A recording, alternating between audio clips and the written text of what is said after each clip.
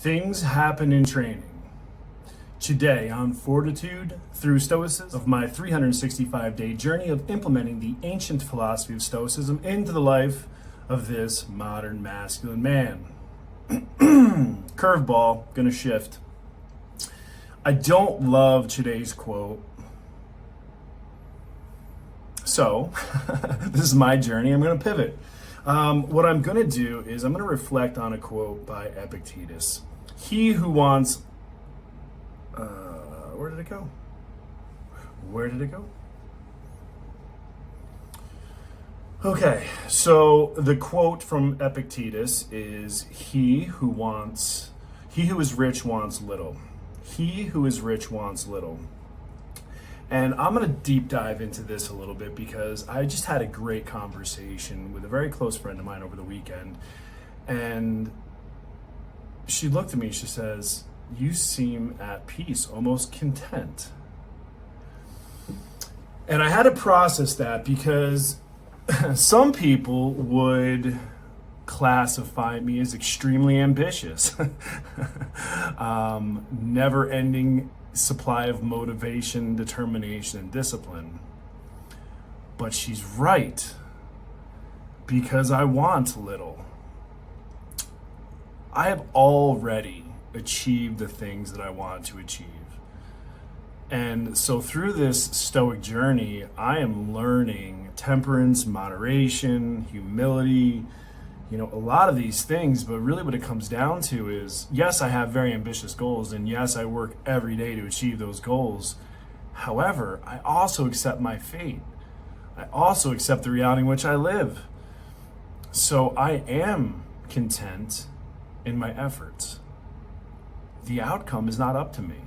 It's really not. And that's what it talks about here.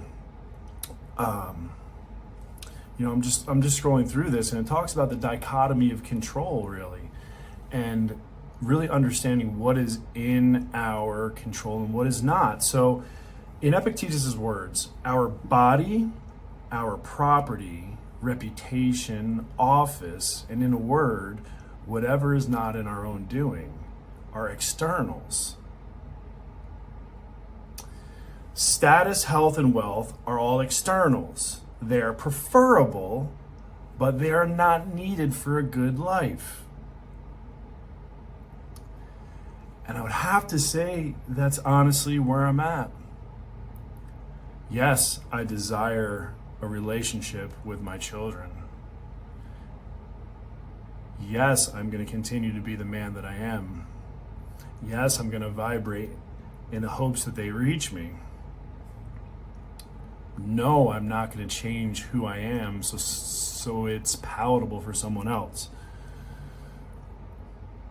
I can't control the outcome, but I can control my actions and my thoughts.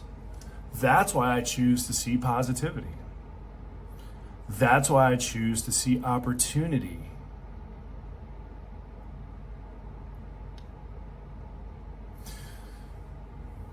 So, reflecting on today, what is it that you want that you don't have? Because truthfully, the one thing that I really truly wanted was to win the war in my mind. And now, while I do agree that that battle rages every single day, after almost 1,258 days without missing a workout, doing my reading, my daily disciplines, it's pretty safe to say that I'm winning the war. I'm definitely winning the war. So all the benefits, the wonderful relationships, the travel, the experiences, I don't need it. It's nice, sure, great, wonderful. But I finally have what I want, that's control of this. So I guess you could say I'm wealthy beyond my greatest imagination.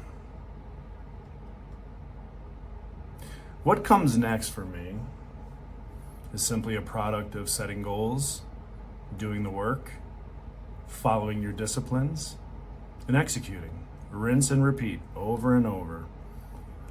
And it's interesting how much my life has evolved over the last 5 years, 3 years, 2 years, and even year. Once you start on an aggressive path of growth, and you go all in, you buy it, you're bought in, 100% all in. What happens is you have the effect of compounding integers, if you will.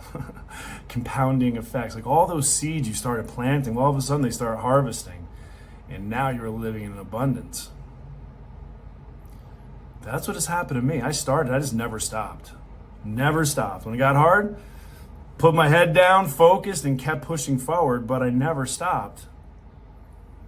And so now I'm at a point that I have everything that I could ever want. Life is great. And on that, time for me to execute my day.